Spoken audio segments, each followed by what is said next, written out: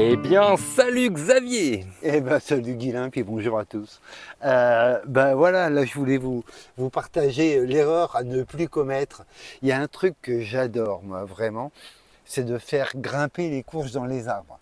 Déjà, parce que ça gagne de la place, et aussi parce que, ben voilà, quand on a une courge suspendue à un arbre comme on a là, on va en avoir d'autres. Je trouve ça surréaliste et vraiment drôle. Donc, tout simplement, on voit, hein, j'installe le système de ficelle, vous vous rappelez, on vous avait montré le nœud avec la boucle, hop, je détends, j'enroule, et puis après je vais tout simplement retendre pour la redresser, tout simplement. Cette technique un peu gamine, il va falloir arrêter de la faire. Tout simplement. Les courges, elles ne sont pas faites pour ça. En fait, les courges, c'est plutôt des plantes rampantes qui ont des vrilles et qui s'accrochent. Mais ce n'est pas des plantes grimpantes, au sens propre du terme. Et pourquoi il va falloir que j'arrête? Parce que, je vais essayer de ne pas être grossier, mais on a un climat qui est quand même assez compliqué. Si je reprends cette année, hein, pas une goutte d'eau, des rayons de soleil totalement brûlants.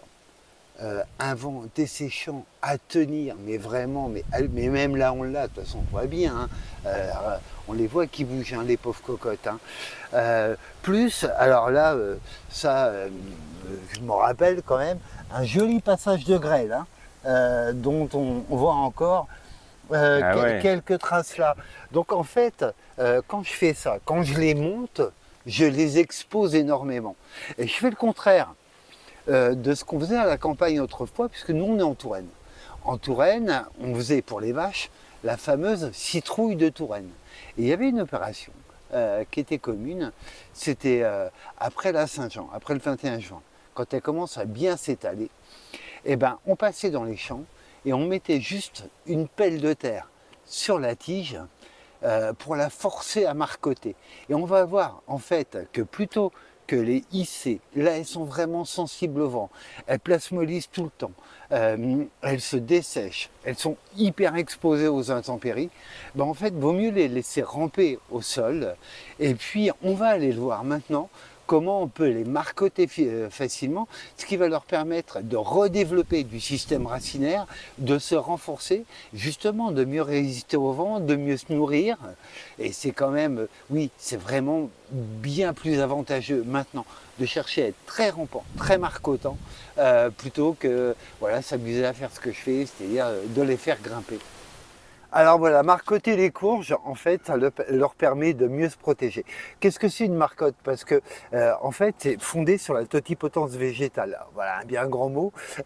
Totipotence, on peut se dire que les cellules végétales, là, attention, hein, moi je ne suis pas spécialiste, mais c'est ce que j'en ai compris, en fait. C'est exactement comme si un végétal était composé que de cellules souches. Et donc, là, ma plante, elle est à l'air. Donc, elle fait des feuilles. Si je lui mets de la terre et de l'eau, elle va être capable de faire des racines, ce qui est carrément incroyable, quoi. Et donc, en fait, c'est un mode de multiplication, puisqu'après, on peut presque séparer. Vous faites une marcotte, elle repart, et vous pouvez séparer. C'est comme ça qu'on peut faire avec la vigne, avec le figuier, etc. C'est ça la marcotte, en fait. C'est quand on va un mode de multiplication. Là, on ne va pas chercher à multiplier. On va juste chercher à renforcer. Alors vous allez voir, c'est simple. Hein. Je sais que là, voilà, ici, si ça là, je le recouvre de terre, je l'arrose, je le paille, il y a des racines qui vont sortir.